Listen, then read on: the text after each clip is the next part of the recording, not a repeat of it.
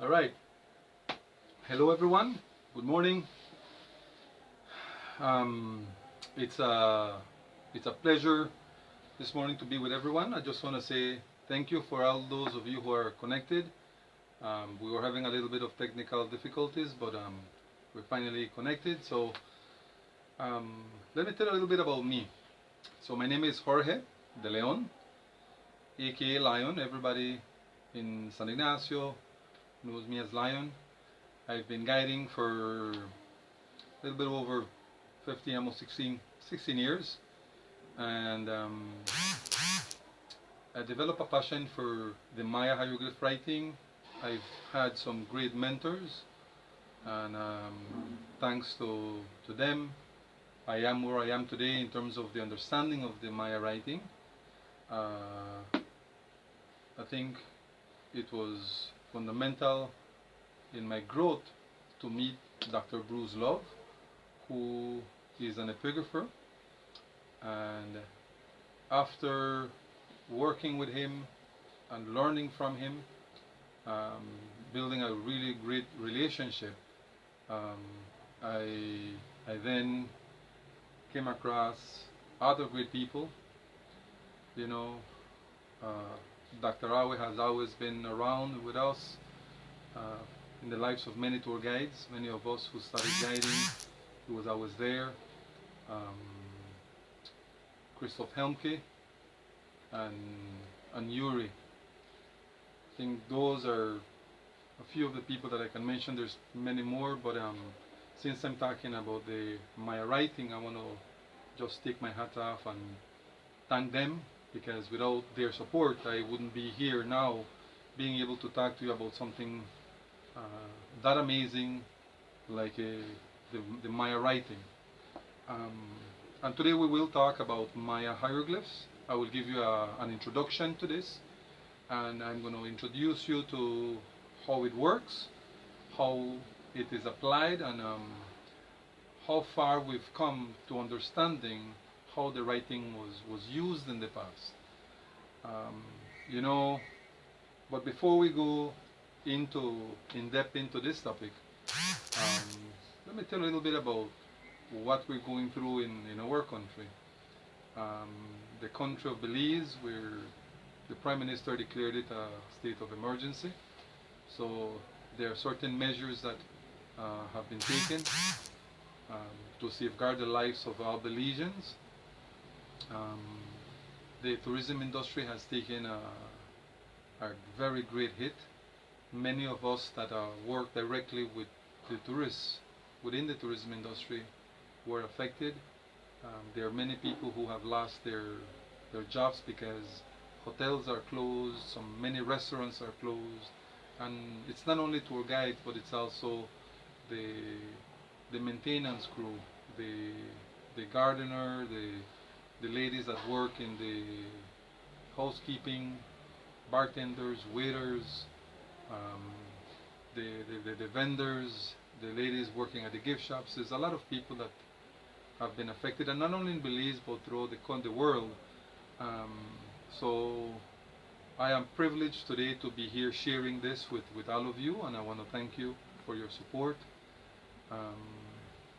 Thanks to Study Abroad Association, they've come up with this platform, and I think this is connecting what we have, our culture, our heritage, and it just giving you a little taste of what is that we have, and especially in the times that we cannot travel, and I know we're asked to social distancing, to keep our distance, even when we go to the stores, um, to buy our essentials, to keep that space, to protect yourselves, wash your hands. I mean, all of these things is what is required from us to stay safe. So I will ask you, where you are, stay safe, take the measures that you need to take to keep your family safe. If you don't need to go out, don't go out. I think that at least in our country, the tourism industry is so big that we always talk about a high season and a low season. And I think this year our high season started a little bit late. And with this that is happening, we've just lost our season. So there many governments have been trying to figure out a way to sustain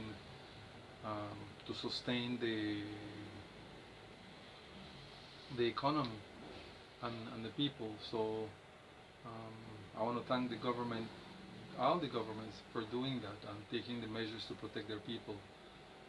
And this is just a little something that we're trying to do to keep us connected.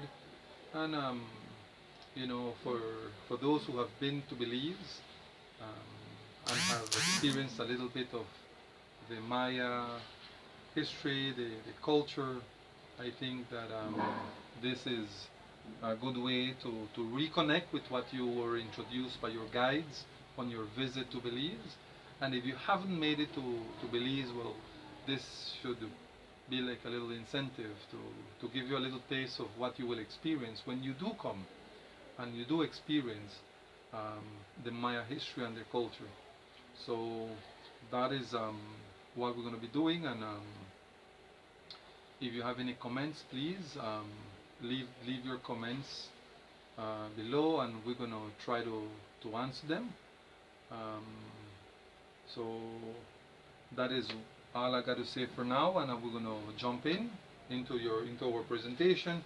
So it is going to be a PowerPoint presentation, and after that we're going to we have other presentations, and I'm working on a virtual tour that we're going to be doing. So, but I'll give you a little taste of that afterwards.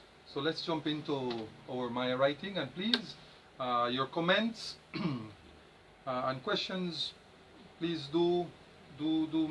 send it to us, and we're gonna do our best to answer them.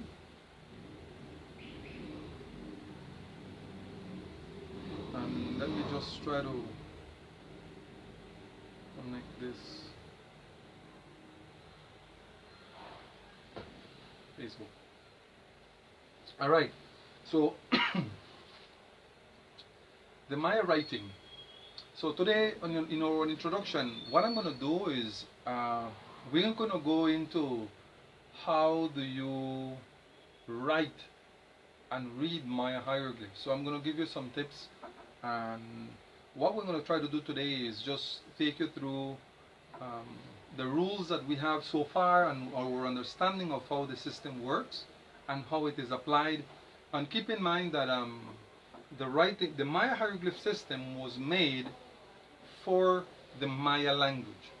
It was not made for English, it was not made for Spanish or any other language, but it was made to be applied to the language that the Maya speak. So when we try to apply it to our language, to words that we've created that are not foreign to the ancient language, we will struggle to put them together, but we're going to try our best to mold it and to teach you how it works. So let me start off by saying that the Maya writing system is a logosyllabic system. It is a combination of logograms and syllabograms. You know, a logogram is a symbol, is a drawing, an image that portrays a complete idea, a complete sentence, a complete word. That is a logogram. A syllabogram is another symbol that produces a syllable. And for the Maya, they were using a combination of syllables and logograms, or syllabograms and logograms. And here we have an example of one of the glyphs. Let me just get my pointer. And this example is the glyph. This is Poptun. And for those of you in Guatemala, you might think we're talking about a town in Guatemala known as Poptun. This Maya word is composed of 4 syllables, at least 3 syllables and 1 logogram. The 2 syllables that are similar, those are the syllables po. So it's po and po. And then we have the logogram, tuun, with a phonetic complement, ni. So the other syllable. So pop tuun. Now, the Maya did something really cool, and I always love to highlight this, is that when they gave you a logogram, they would sometimes, or many times, they would give you the last sound of that logogram. In this case, the word tuun ends with an N. So they give us the syllable ni. So you pronounce it tuun, right? So this is what we have here. And the logogram, because you need to pronounce it tuun, the last syllable that they're using is the ni, ni. Because if tuun has a longer sound in the U, the syllable and the second syllable should be different. The vowel should be different to produce that different sound. And that is known as the rule of disharmony. And here you apply the rule of synharmony. So the rule of synharmony, same vowel, same sound. Disharmony, different vowel, different sound. Right? So one of the first persons to sort of figure this out or help us, or his contribution, was Jorge V. Norosov. And he basically started off with this idea of consonant, vowel, consonant, and after figuring that out, then he came about the rule of synharmony. So rule of synharmony, same vowel, same sound.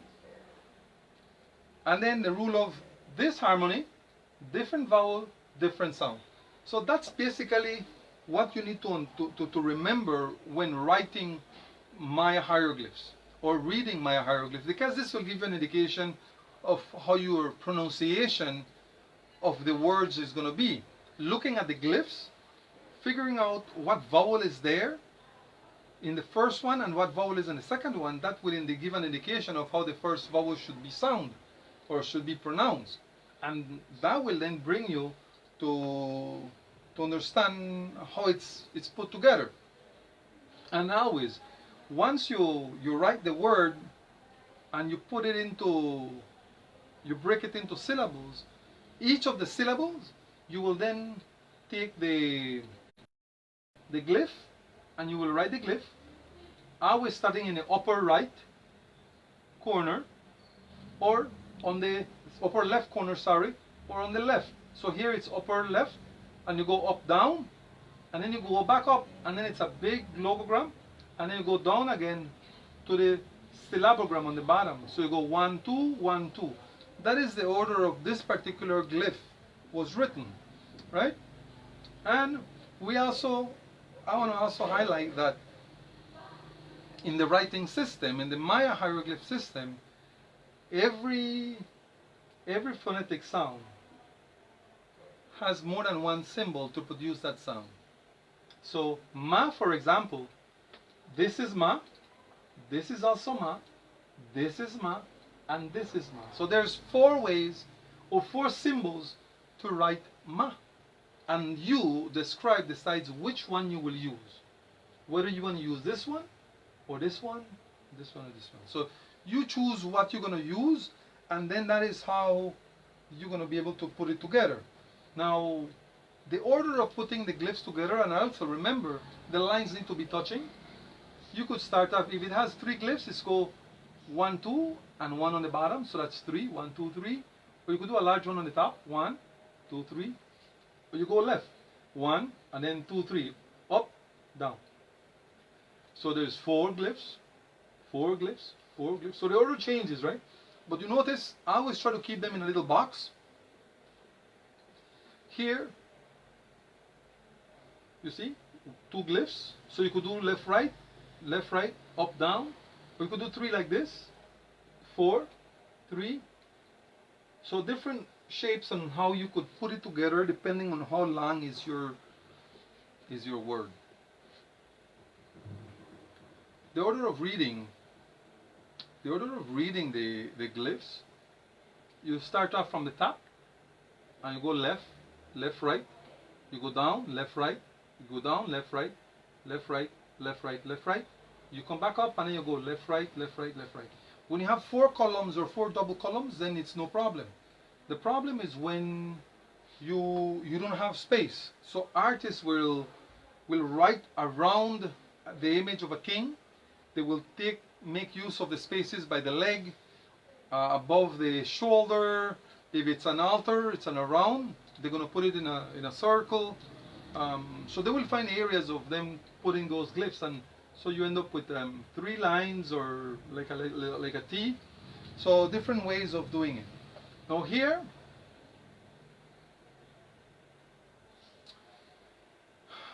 we have some of this is a syllabary. Now the syllabary is a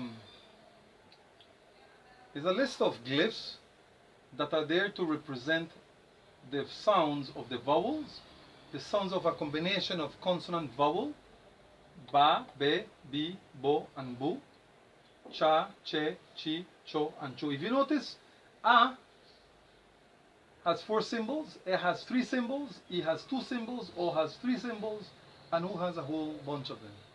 Now, what I want to highlight is that when you're doing this exercise, I want you to think in Spanish. I want you to think that all the sounds of the vowels in Spanish, because that is going to be key to us writing the Maya hieroglyphs.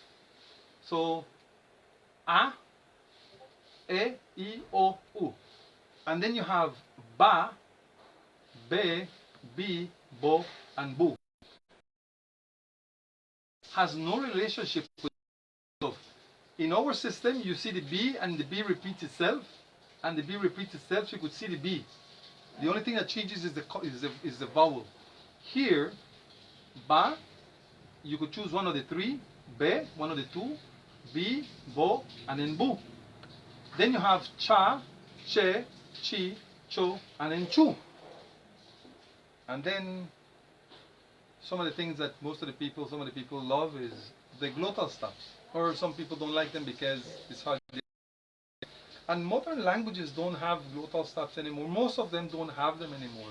We find this more with the older and ancient languages. Native Americans and, our people in Mesoamerica, our Maya language tend to have that more of a glottal stop than the other languages.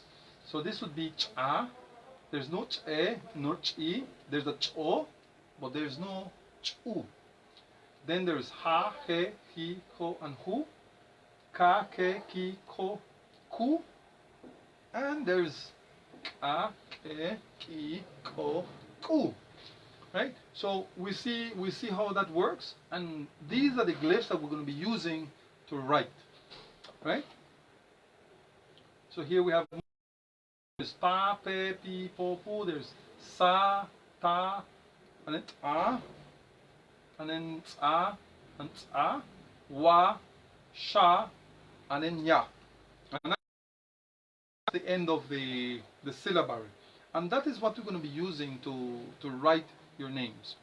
And like I said, this is just an introduction, and because it's going to be a little bit difficult for us to connect, but please, write your comments. Give me your word, your name, your last name, especially if you have a name, of a Maya name, or if you have any word you want, just send us a word. We're going to be doing it, and then I'll get back to you. I'll send it through a text. I'll do the drawing and I'll send the image to you. And on our second session, we're going to try to make it a little bit more interactive and give you some of that information. Now, there's some of the questions that we always get is, if you're going to do your name, but I did not see what happened to the G in George if my name is George? I didn't see a G in Gabi. My name is Cindy and it's written with a C. We get sometimes, Joe, for example, how do I come up with that particular sound? So we have substitutes, and what scholars have done is they've created this or came up with some of these substitutes. And one of the things I always tell my my students and my guests when we're talking about this is that let's take for example my name. My name is Jorge with a J, but then my friend's name is Joe, also with a J.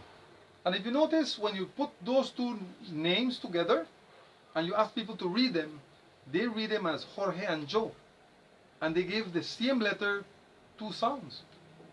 So in the same manner, we notice that Maya hieroglyphs can give us two sounds, right? That is what we have. So, for example, if your name is Cindy with a C, phonetically, what you will need is the sound of an S. So that is what you will use. You go to the syllabary, and let me just backtrack a little bit. So let me go back here. All right. So, cha, che, chi, cho, chu. For example, if I want to write George, the closest phonetic sound to George, the first sound is Jo. So I'm going to use the CH, O, because that is the closest phonetic sound to Jo, George. Right? So we're going to use that for George, for Joe, for Josephine. So anything that is produced by the letter J in terms of Josephine or Joe, that is what we'll be using. Now, Ha, the HA and the JA has similar sounds. So you could use it in Jorge, you could use JO. Hamid, you could use JA. Right? So these are just some of the the JE or the HE, either or. And then we have Gabi. The G in Gabi, the sound of the G in Gabi is different from the G sound in George. So in Gabi, it's going to be KA. So Gabi will be written with one of these. Now we're not changing your name to Gabi, but that is the closest phonetic sound that will be produced by a symbol. Just like George and Jorge share the same letter, Gabi will share the sound with K right here.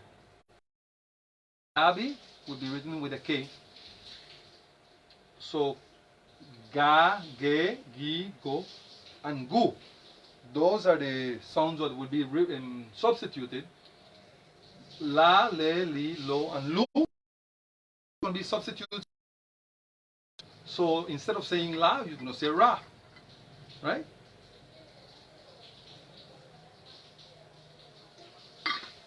So I'm going to show you some examples, and we're going to see some examples with that. So this is Ra, Re, Ri, Ro, Ru, and then we have Pa, Pe, Pi, Po, and Pu. Those are going to be, that's going to be the substitute for F. So it's going to be Fa, Fe, Fi, Fo, Fu. Then Sa, Se, Si. Sa would be like Cindy with a C. So don't worry how you spell it, it's how you pronounce it. So that's anything with a sound of an S would be like this. You're going to be using this. Then Ta, Te, Ti, To, Tu. Those glyphs, remember, pick one. And then we're going to do, that's a substitute for D. So if your name is Dave, you start with this. Dave. And the first sound in Dave is not D-E, because it's not Da. It's Dave. Right? So you start to, and this is where looking at your syllables, your vowels is important. But the sound of it in Spanish, because if not you will get confused and you will end up writing a different glyph. And then if you're too excited about, and you like your glyph that you did, you might ask somebody to tattoo it for you, and you might end up with something different other than your name. So let's be careful doing that. Let's double check them, right? Then we have, for Z, as in zoo, you use TZU, you know, and we see that the word like zoo, you will go TZ, right? Zib, normally they use this one or they use this one, Zib, depending on how you want to pronounce it. And then this is wa, we, we, wo, right? Wonderland with wa, you know, Waleska. So those are, and then sha, So SH is produced by the X. In Belize we have this, the Maya site, and a lot of guests look at the writing and the sign, and they think twice before reading it, and it's Shunantonich, and it's because of that X, right? So Sha, She, She, Sho, and Shu. So Shenya, shine, should, that would be that. Then Ya, Ye, Yi, Yo, like La, Yon, so that would be La, Yo. And I like to use this one when I'm doing the glyph for lion. I do this. So you go La, Yo, and then N, lion. That's what I do when I'm doing that one, right? So far, if you have any questions so far, please send me a text. And then we'll try to answer it, right?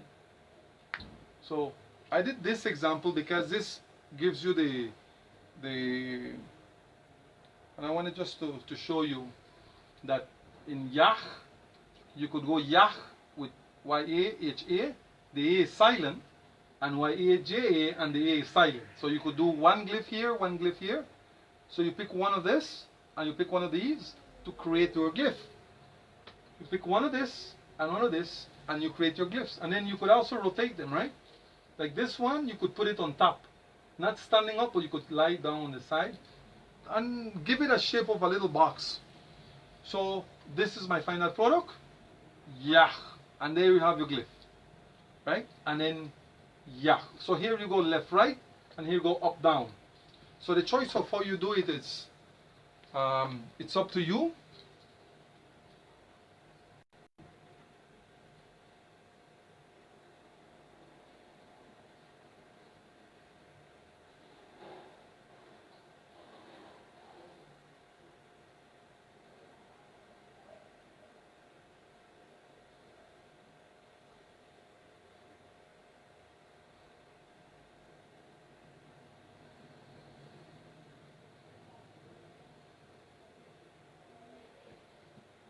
All right, so now this glyph that we're going to do right now is really cool because it's the name of one of our rulers, one of the first rulers of Caracol. Excuse me, it's a little bit warm. I don't know how it is back home where you are, but here it's pretty warm. So Te Ka Ba Cha Ki, and you will read this Te Kab Chak, Te Kab Chak, and that's the name of this king. And the way he wrote it was he gave us a logogram. So what I'm doing, this is not what I did. This is based on the writing found on one of the altars. It's a barcode marker that was found at Caracol. And then he did Ka. Now I chose this example because it actually gives us a couple things. And this is what the Maya did, and I will ask that when we're doing our glyphs, let's not do this, but I just use it as an example right now. The artist decided that inside the Ka, he slapped in Ba. So he went Ka, Ba, right inside, right? So it's a superimposed glyph.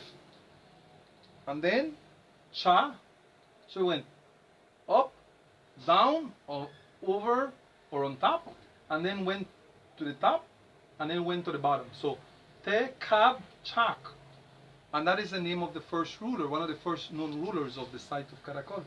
On the other video, I'm going to probably bring up that particular author, and I'll share with you all the hieroglyphs and how that was put together and where I got this information, because it also tells a really cool story and information on that particular author. But we're going to leave that for a future video, right? Now I wanted to start with this name, Brian, because it's one of the more complicated words that you can do when you're writing Maya glyphs, because it is not Maya, and the combination of the B and the R tend to pose a little bit of a problem of how you will put it together. And I wanted to start with this one, which is one of the harder ones to do. And if your name has an R, you're probably struggling trying to figure out what do you do, because you don't find an R within the syllabary system. But what we're going to do is we're going to do the B, the LA, the YA, and the NA.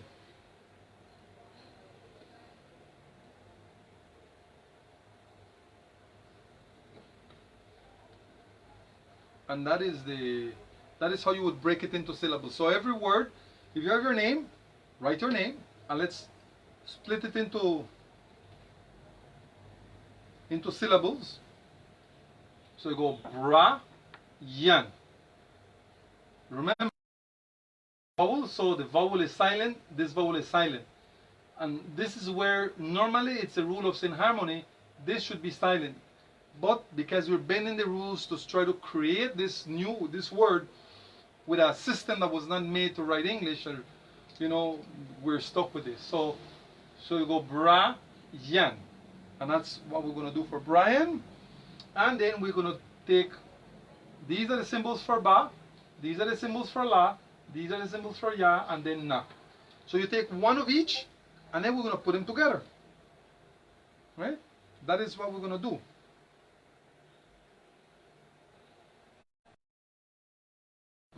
Study abroad, and so we're just trying to connect, and so that your messages can come. So let's move on. So here we go, Brian. So do you recognize it?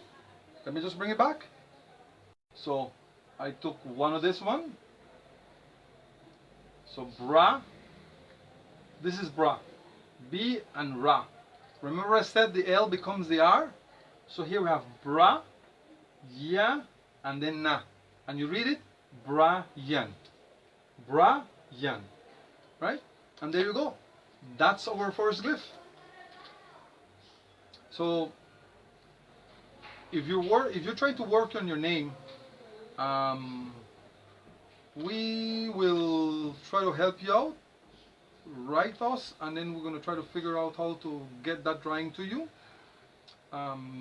Forgive us, I don't think we made available the book, but I will be, if you text us and you're connected with us, I will send you a book so that you can have the syllabary, so that you can practice, and we'll stay connected, and we'll tell you when we're going to be coming back and doing another session, so that then we can then work strictly with your names. And we'll also show you how to apply this in terms of reading and finding applying it to the stones, right? So that is what we're going to be doing, right? So here we go. Let's do another one.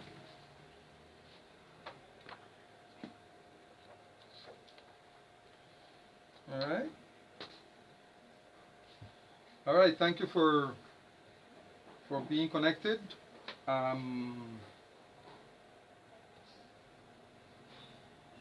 Alright, Amanda is having a little bit of a problem with the video. I don't know if anybody else is having a little issue with that. I hope this is solved and you can get it clear for you. Hello Julia, Cecilia. So thank you for being connected.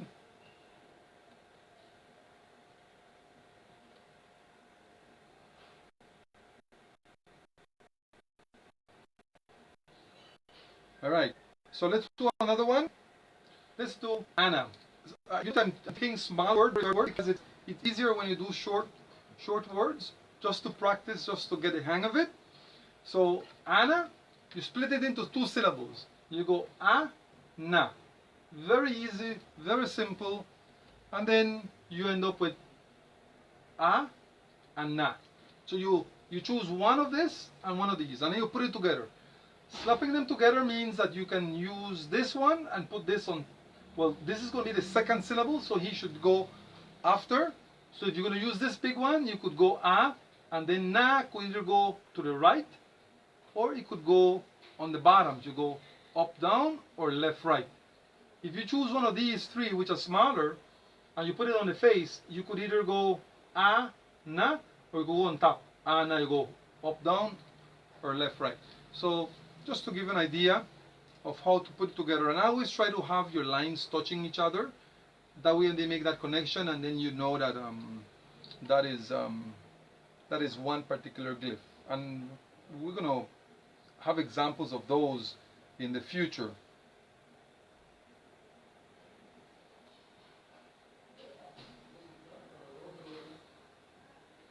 All right. So that is what I came up with. Na. All right, Christian, thank you. The video is good, so thumbs up for that. Thank you, Justin.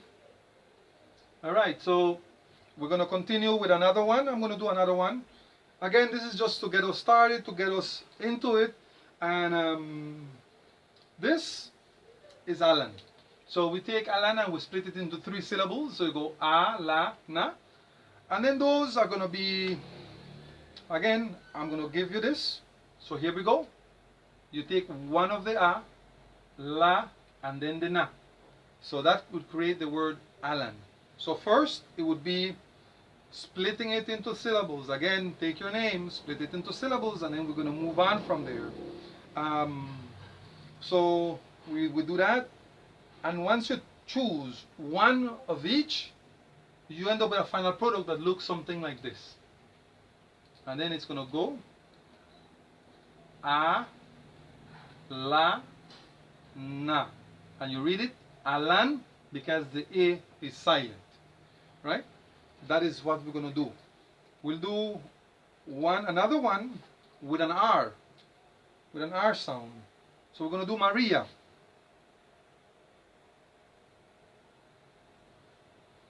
And Maria, you go Ma-ri-ya. So there's a couple ways of doing Maria. You could take Ma-ri-a. So the L-I substitutes the R-I. Maria. Or if you pronounce it and you say Maria, and your pronunciation takes it to the Y-A sound at the end, ya, then you could say Ma-ri, and instead of just an A, you do Y-A, ya, Maria, right? So these are just some of the things that you can do when writing the glyphs. And then every hieroglyph, if I put 10 persons to write the same glyph and I give them the same word, it's going to be different because the organization might be different, the first glyph might be different, or the ones that you choose might be different. Like like 4 persons could choose 4 different glyphs, but then, and let's say 4 of you pick the same glyph, the first glyph, but you might choose a different glyph on the second, or a different glyph on the third one. So, and even if you choose the same ones, the way you put them, the order you put them together, that is also going to change everything, right? So that makes it very special, and you know, being able to do that is really awesome. So I really hope this is helping. So here we go, and that is Maria. So can you see Ma, Ri, and then A, Maria, and that is Maria, right? So let me see. I see.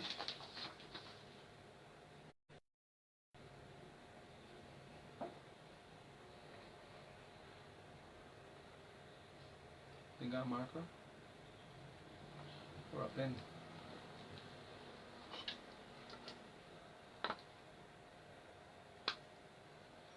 So what I'm going to do is, so I just want to know if you have any questions.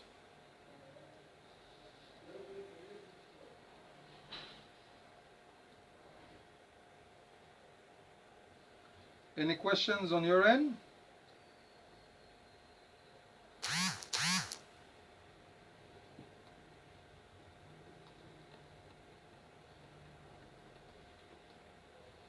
So I noticed that Amanda is connected with us. So Amanda is connected with us. Hold on. Ponelo a cargar. Amanda is connected with us, and what I'm going to do, I'm going to write the glyph for Amanda, and then I'm going to put it on the screen so that you see more or less what I was talking about, right? So if we go back, and I'm just going to use a few of the ones that I've been doing, and the technique that I like to use.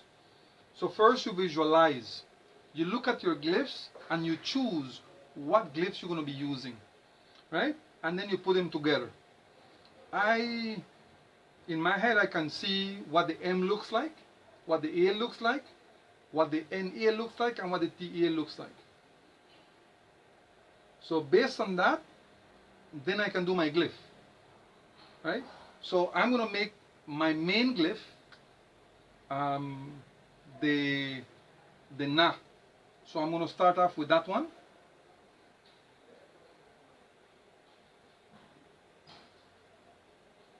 And give me a second here.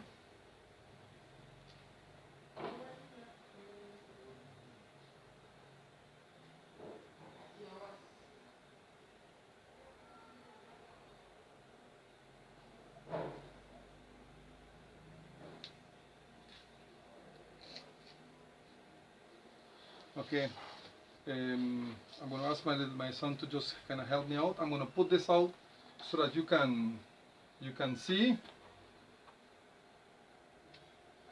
Hold on, make I see if I could do.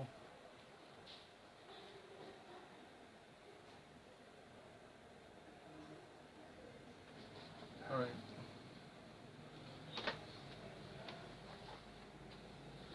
Can you guys see this?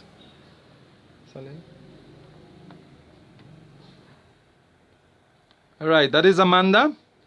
So I did Amanda, and I started with the syllable Na.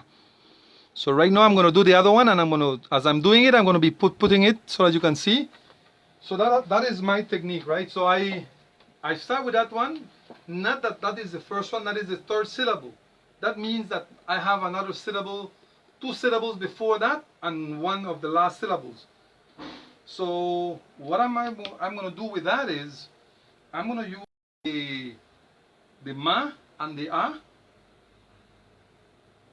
And I'm just going to go back right here.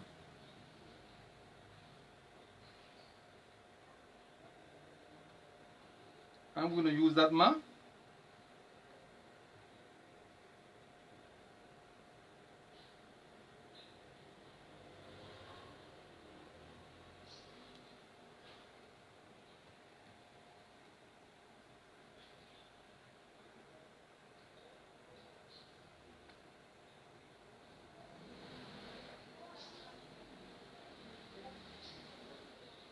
So here we go.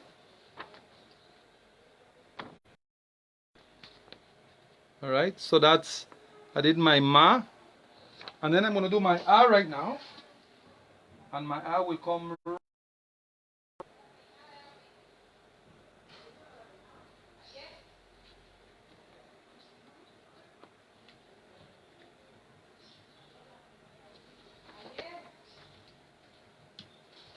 So here's my A. So now we have A, Man, and then I need my Da. Right? If you notice, the TA I haven't done. Right? So I have A, Man. I just need my Ta. So what I'm going to do with my Ta, I'm going to put it at the bottom.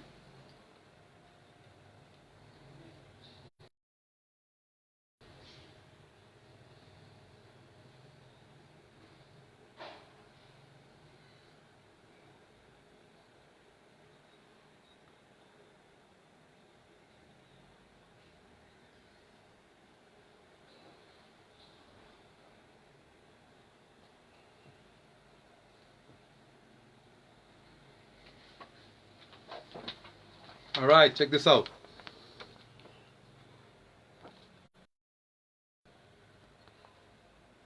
All right, so that would be Amanda. All right, so tell me what you think, Amanda. That's your glyph right there. Right? So that is a little bit of what I was talking about when we were talking about making the glyphs, is taking them and putting it together. So you first take the word, you split it into syllables, then you identify the syllables on the syllabary, and then you take those glyphs and then you squish them together. You have them create like a little box, and that little rectangle or that little box is going to be your glyph, right? And when you put them together, you can slowly create sentences, create words, and this is one of the objectives that I have. And let me share a little bit of my dream and where I want this to end up. I have had the privilege of reaching out to several communities in Belize, and some of the communities I was able to share and teach them about the system, because there are Maya speakers, and when they're applying this system to their language is amazing. You know, to see their faces light up when they come to understand how it works, and when they are able to write a glyph in their language, in their spoken language, and in their written language. It's really amazing to see that, and I wish that in the future we could reach out to more of the communities in the country of Belize, and I'm sure that with your help and with the help of the government, and there are several people that have been fundamental in this and have been working with the outreach programs in the country, and included me when it's time to share the culture of Belize, and I've been invited to go to these places and share about Maya writing. People have been accepting it, people have been open to listening to it, and I appreciate everyone for including me in all your projects and your programs, because getting the word out is important, and having people see and hear and learn more about the writing system, I think is fundamental to our country, to our people. And you know, today we might, you know, it is part of the tourism industry. I think that one of the reasons why our visitors come to Belize and to Mesoamerica is to see the culture, to see the people, and to be able to contribute to the survival or the restoration of this writing system is a privilege. And I think that I need to say thank you very much to everybody who has been a part of my growth process from the beginning that I became a tour guide, and to the person that I've become. I've met a lot of great people. I have a lot of friends in the Institute of Archeology of Belize. I need to thank each one of them for their support. I think that you know, we normally don't say it enough, but thanking everybody and letting them know how important they've been in one's growth is important. And I want to take this opportunity to say that. And you know, what Study Abroad Association is doing is amazing. Connecting us to the people out there, and I know that this platform is going to grow, available for tour guides, for friends, for future guests. So it is really cool and important that we get the privilege of doing this, and I can't thank each one of you for being connected, because without you being connected with us, I don't think this would be possible. So, you know, we're in it together, and it's going to be a rough year, but let's all stay together. You know, stay safe. Stay safe. You know, I'm gonna run through a few of the slides, and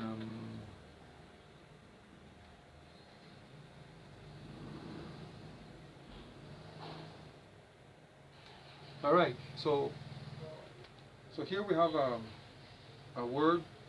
I have a request, and Paulo is asking, and let me just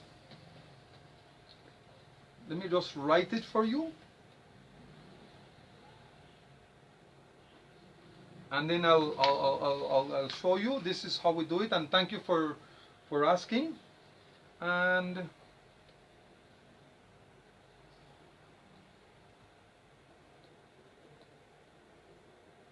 okay, so let me just show you this.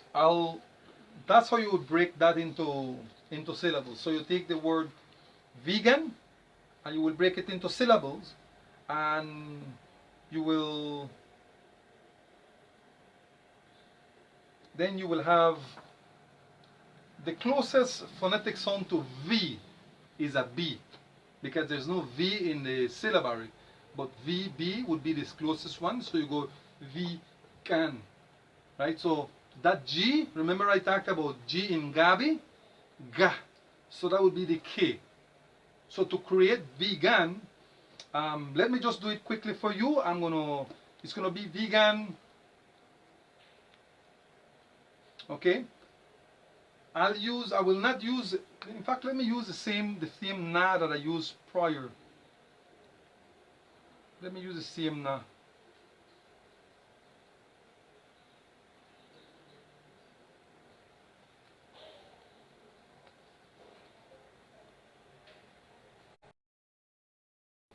So I'm doing na at the moment.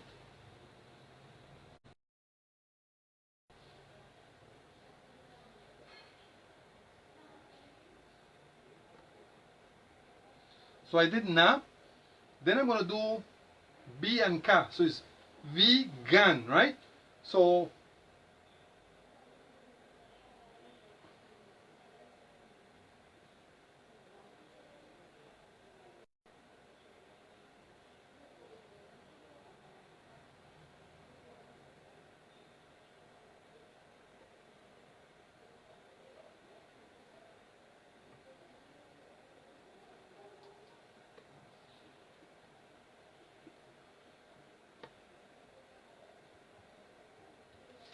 all right, so here is vegan.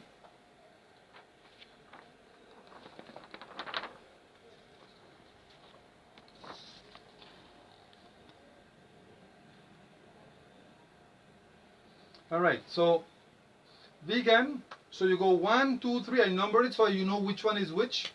So I did B, Ga. So you go up, down, and then the face that would be the na, and that is how you would write vegan, right?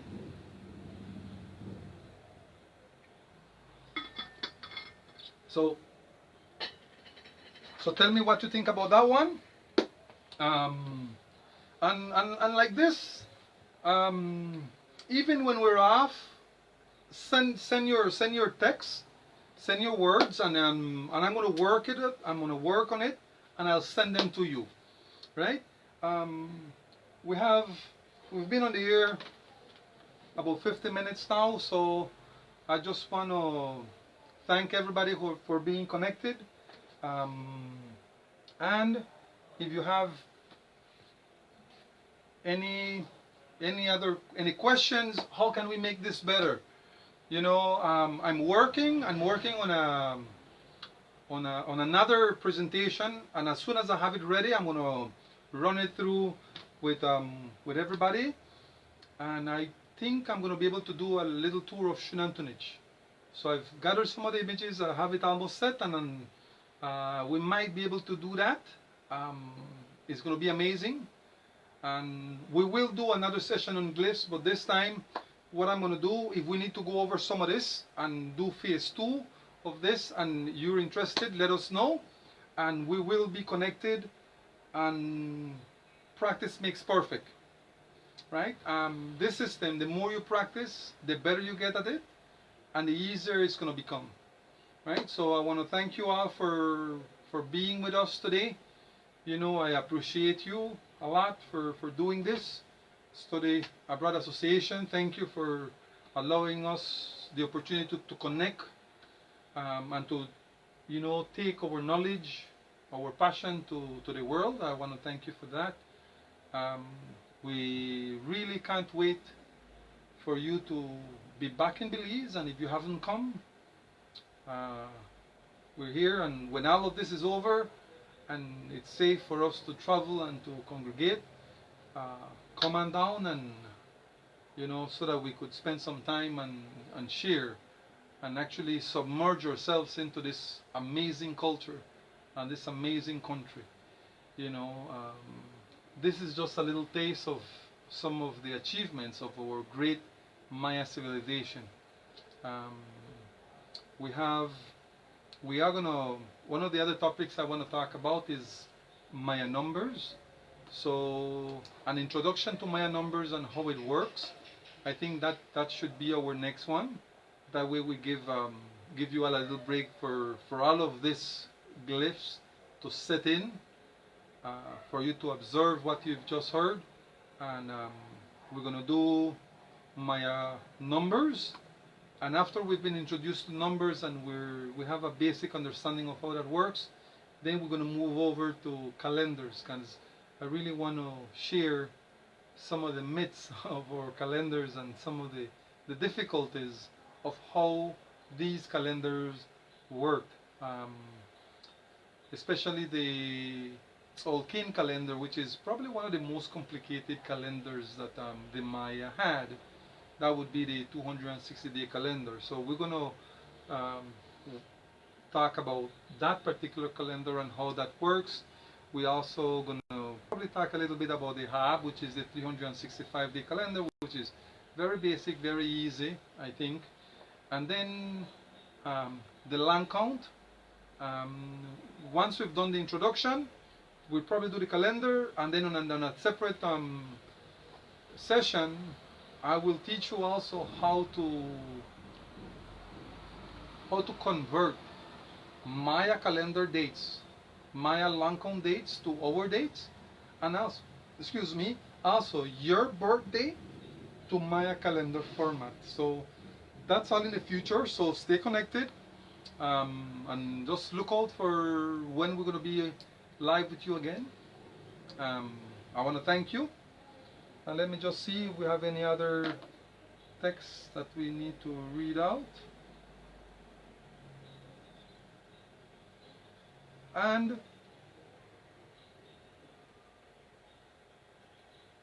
let me just thank you in advance for any contribution on PayPal. I think we're gonna, in my case, we're gonna do it through the Study Abroad Association. So show your appreciation, and I want to thank you in advance. So your contributions will be, you know, will take us a long way, especially during this hard time. So again, I want to thank you. Thank you very much for your, you know, for being connected and for your attention. And I look forward to our next meeting. Right? Thank you very much.